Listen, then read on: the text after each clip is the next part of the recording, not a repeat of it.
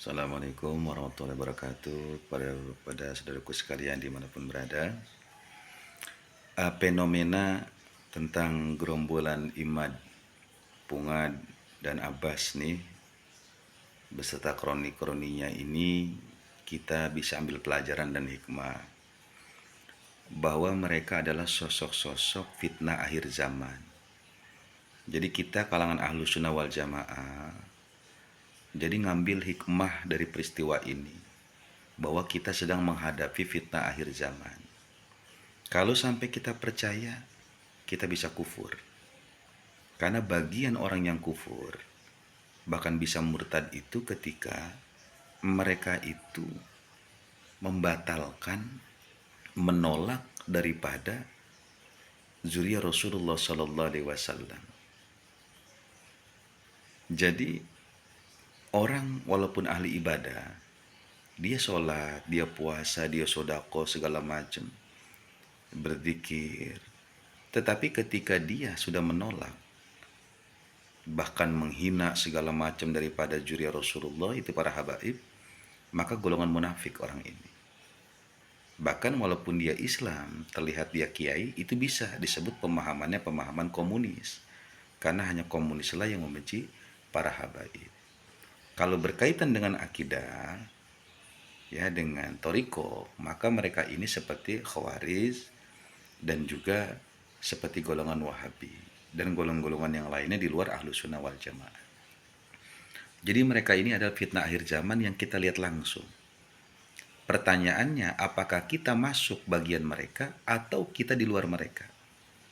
Kalau kita di luar mereka, maka alhamdulillah kita wajib bersyukur bahwa kita adalah golongan yang selamat.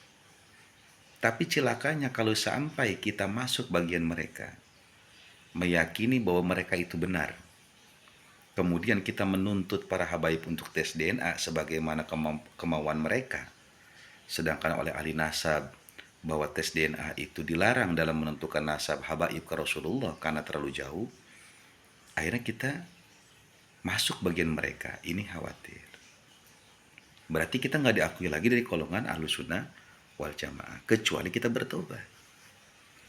Nah, jadi para santri atau para umat Islam, saudaraku sekalian dimanapun berada, yang kalian melihat video ini, yang saya yakin kalian pengen bahagia dunia wal akhirat, kalian pengen sejahtera, pengen aman, pengen tentram, hidup bahagia, sakinah, mawaddah, warahmah, berserta keluarga, pengen hidup tentram, pengen mati husnul khotimah, pengen mendapatkan syafaat Rasul, pengen masuk surga, kekal abadi dalam surga dengan segala kenikmatannya, maka syaratnya jaga akidah ahlus sunnah wal jamaah dengan meyakini seperti keyakinan para salafus soleh, guru-guru kita terdahulu yang mengikuti salafus soleh, yaitu mengakui para habaib sebagai keturunan Rasulullah.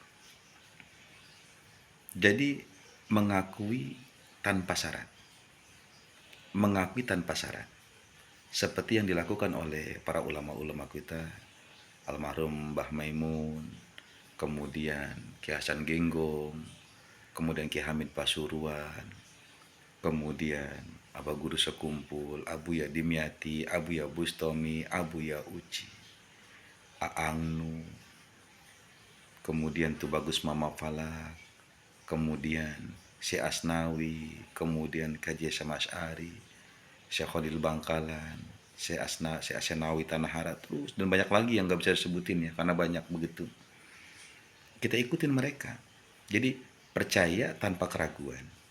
Kalau ente misalkan mau percaya tapi dengan syarat harus ada tes DNA, ente munafik. Hati-hati, ente munafik. Jadi kehabaib itu tanpa syarat. Kenapa? Karena masyhur. Kecuali para habaib dari dulu nggak kita kenal, tahu ada, itu aneh. Seperti yang sekarang ini aneh.